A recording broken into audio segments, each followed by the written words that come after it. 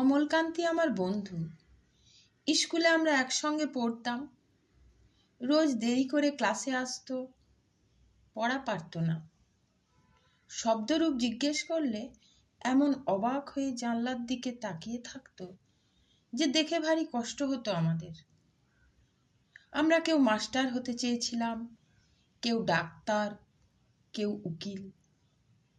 অমলকান্তি সেসব কিছু হতে চায়নি। সে রোদ্দুর হতে চেয়েছিল।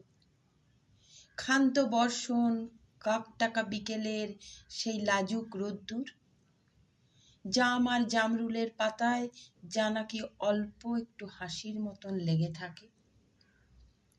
আমরা কেউ মাস্টার হয়েছি, কেউ ডাক্তার, কেউ উকিল। অমলকান্তি রোদ্দুর হতে পারেনি। সে এখন অন্ধকার একটা ছাপাখানায় কাজ করে।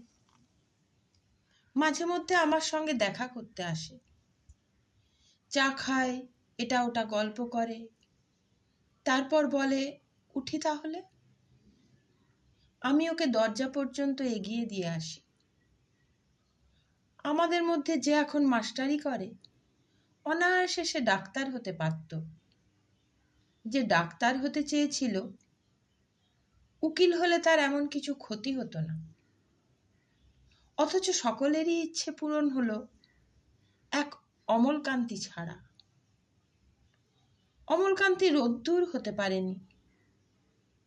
সেই অমলকান্তি রোদ্দুরের কথা ভাবতে ভাবতে যে একদিন রোদ্দুর হয়ে যেতে চেয়েছিল।